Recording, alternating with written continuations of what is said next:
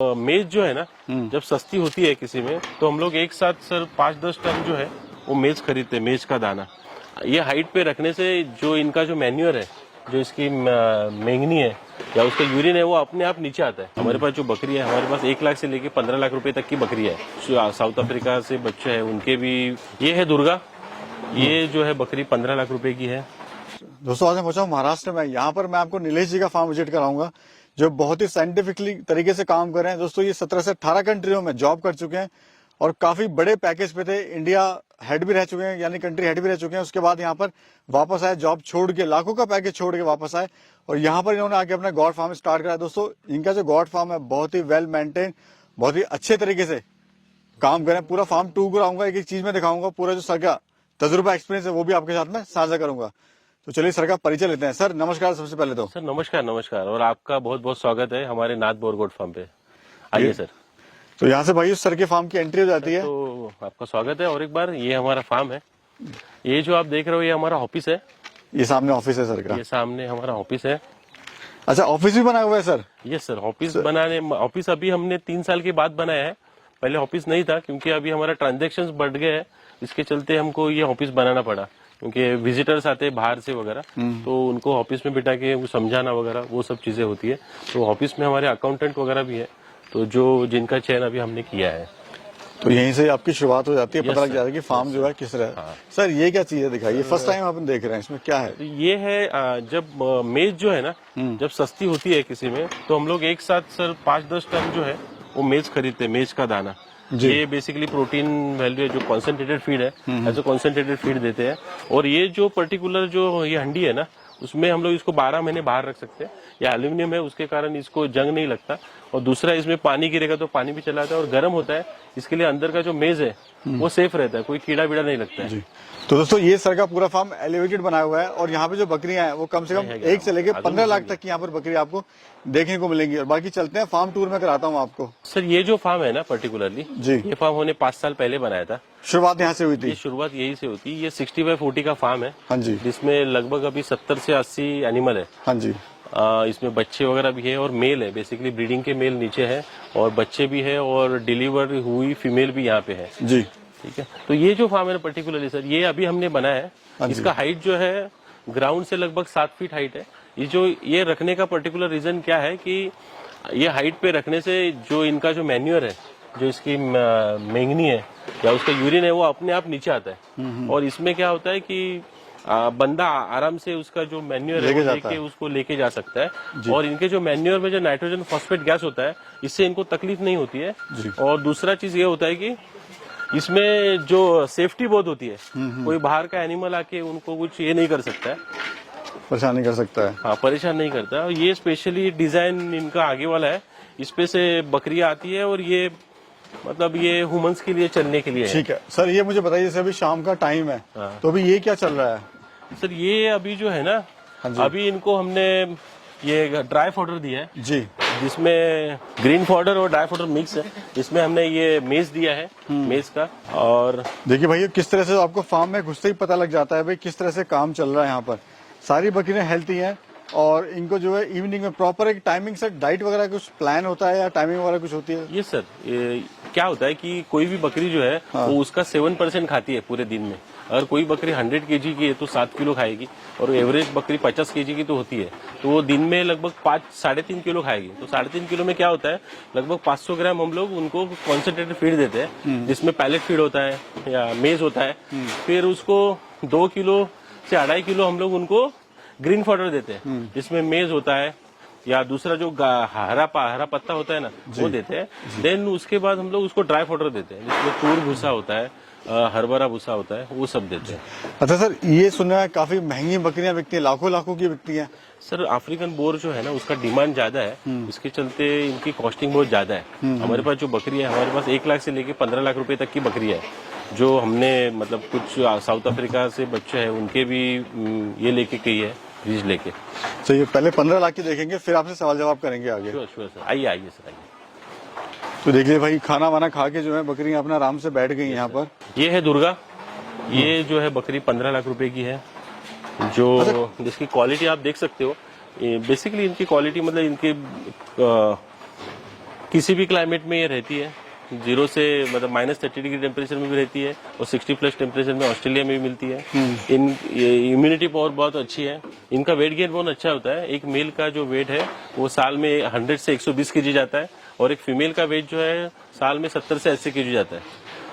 और इनका जो किडिंग का जो है एक साथ मतलब 80% चांस है ये लोग 2 बच्चे देते ही है, 5% चांस है 1 बच्चे देंगी और 15% चांस है ये 3, 4, 5 बच्चे भी दे सकती है।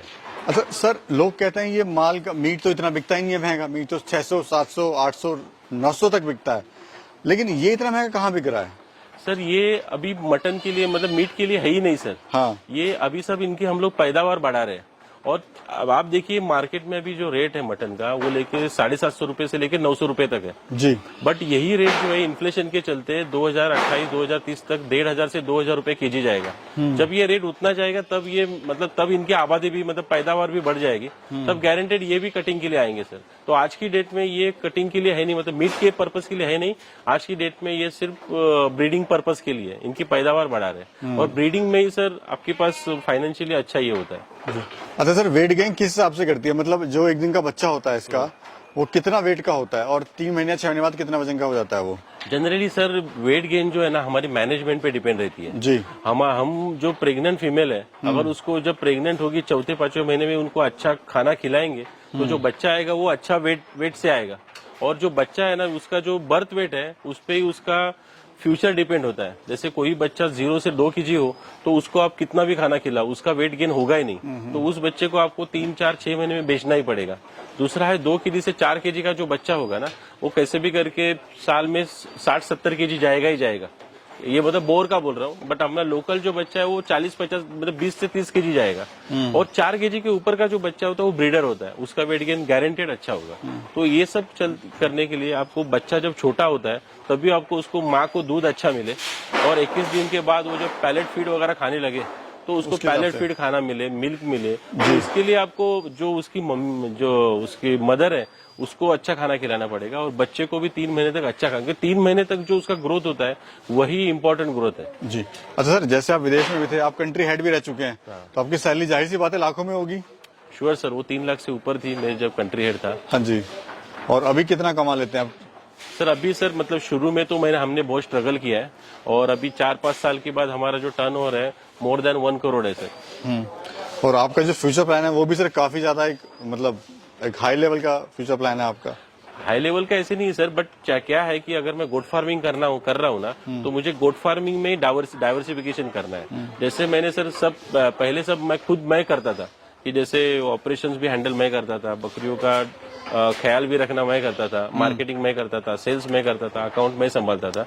तो अभी 4-4.5 साल होने के बाद हमने ऐसा किया कि मेरे जो जॉब है वो डेलीकेट करते हैं जी। तो मतलब ऑपरेशंस हैंडल करने के लिए अलग से टीम है जी। देन दूसरे मार्केटिंग करने के लिए एक टीम है, तो मैं सिर्फ मार्केटिंग और सेल्स में ज्यादा ये करता हूँ। ऑपरेशंस के लिए सेपरेट टीम है जो ये संभालते हैं। तो बिजनेस आगे बढ़ाने का ये है सर कि हमने अभी ट्रेनिंग चालू की है गोट फार्मिंग में और उसके बाद हम लोग फॉडर बनाने वाले हैं खुद का। और तीसरा जो चांस है कि हमारा जो एनिमल है 2000 से 5000 एनिमल जब हो जाएंगे तो हमको स्लॉटर हाउस खोलना है, जो हमारा बहुत बड़ा प्लान है आगे जाके। सर कैसे कोई जुड़ सकता है आपके साथ में, बताइए? सर हमारे साथ जो फार्मर है वो जुड़ सकते हैं, वो हमारे पास आके ट्रेनिंग ले सकते हैं, वो एक पार्ट है। दूसरी बात है कोई अगर गोट फार्मिंग चालू करना चाहता है तो गोट फार्मिंग कैसे चालू करना है, मतलब मेल और फीमेल का चयन कैसे करना है, प्रेग्नेंट फीमेल को कैसे देखना है, बच्चों को कैसा ख्याल रखना है, वो सब हम लोग बताते हैं। एट द सेम टाइम अगर आपको बिजनेस चालू करना है तो आप हमारे से प्रेग्नेंट फीमेल लेके अपना बिजनेस चालू कर सकते हैं। हमारी एक स्कीम है बायबैक, जिसमें आपको क्योंकि देखिए किसी भी बिजनेस में मार्केटिंग इंपॉर्टेंट है, तो मार्केटिंग जो है वो नहीं करोगे तो आपका मतलब ये नहीं खरीदारी नहीं होगी। तो हमारा एक स्कीम है जिसमें आप सिर्फ बकरियां पालो, उसके जो बच्चे हैं उसका फिक्स अमाउंट से हम लोग खरीदते हैं। तो बायबैक स्कीम ये है। फिर उसके बाद हम लोग मतलब उसी तरह से वो जो फार्मर है किसान भाई हमारे से जुड़ सकते हैं जी। अच्छा सर, ये आपने जो फार्म बनाया हुआ है इसका क्या फायदा होता है? एलिवेटेड जो आपने बनाया हुआ है यहाँ पे, जैसे मैं देख रहा हूँ जो एलिवेटेड है ना, आप इधर दिखाओगे ना सर, हाँ जी। तो इसमें गैप है। तो इसके गैप होने के कारण जो उसका मैंगनी है या उसका यूरिन है वो अपने आप नीचे गिरता है और फिर उसके लिए जो क्लीनिंग के लिए जो लेबर लगता है वो कम लगता है। हाइट पे होने से क्या होता है, हवा बहुत आती जाती रहती है, तो हवा का प्रॉब्लम नहीं होता है। हाइट पे रहने से और एक है कि जो बाहर के जो एक्सटर्नल एनिमल वगैरह है उनका अटैक करने का वगैरह कोई चांस होता नहीं है जी। और ये ऊपर जगह इतनी ओपन है तो ये अपने आप घूमते हैं, एक्सरसाइज वगैरह होता है उनका। नेचुरल है। अच्छा सर, जैसे कोई शुरुआत करना चाहे तो कैसे अपने गॉड फार्म की स्टार्टअप कर सकता है? सर शुरुआत करना चाहे तो सर किसी को भी पहले देखना पड़ेगा कि मार्केटिंग करनी पड़ेगी अपने एरिया में, अपने जगह पे और अपने पार्ट में, या अपने कौन सी बकरियां बिकती है, कौन सी बकरियां किस रेट से बिकती है, वो हमारे क्लाइमेट में सूट होती है कि नहीं होती है, ये देखना पड़ेगा। फिर वो बकरियां पालने से भाई बकरियों में क्या क्या प्रॉब्लम आते हैं, बकरी पालने के लिए भाई डीवर्मिंग करना जरूरी है, ये जानना पड़ेगा, वो ट्रेनिंग लेनी पड़ेगी। फिर उसके बाद वैक्सीनेशन देना पड़ेगा, कौन से वैक्सीनेशन देने पड़ते हैं हमारे एरिया में, ये सब इन्फॉर्मेशन निकालने के बाद प्रॉपर ट्रेनिंग लेनी पड़ेगी, मार्केट सर्च करना पड़ेगा कौन से बकरियां बिकती है, तभी आप आगे जाके चयन कर सकते हो कौन सी बकरी का टाइप मुझे लेना है और काम करना है कौन सी बकरी में। तो सर क्या कहना चाहते हैं हमारे युवा दर्शकों को जो अपना सोच रहे हैं या फिर जॉब करते हैं, जॉब से परेशान है? जो नए मतलब जो किसान भाई काम करना, जो ऑलरेडी काम कर रहे हैं, या फिर नए जो किसान भाई काम मतलब इसमें बिजनेस में काम करना चाहते हैं, तो मैं बताना चाहता हूँ कि देखिए मीट ऐसी पार्ट है कि हजारों साल पहले भी गोट मीट खाया जाता था, हजारों साल के बाद भी लोग गोट मीट खाने वाले हैं।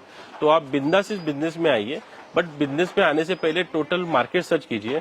50 से 100 जो गोट फार्म है वहां पे जाइए, देखिए क्या होता है, कैसे होता है, उनका बिजनेस टाइप क्या है, क्या क्या खिलाते हैं, कैसे खिलाते हैं, वो अपने मतलब एनिमल को कैसे रखते हैं, उसके बाद वो देख के प्रॉपर ट्रेनिंग लेके आप उसके बाद ही अपना फार्म चालू करो। जी, thank you sir, thank you so much sir. Thank you sir, आप यहाँ आए दिल्ली से इतनी दूर और आप हमसे बात कर रहे हो, आपका और आपके दर्शकों का बहुत बहुत शुक्रिया। Thank you sir.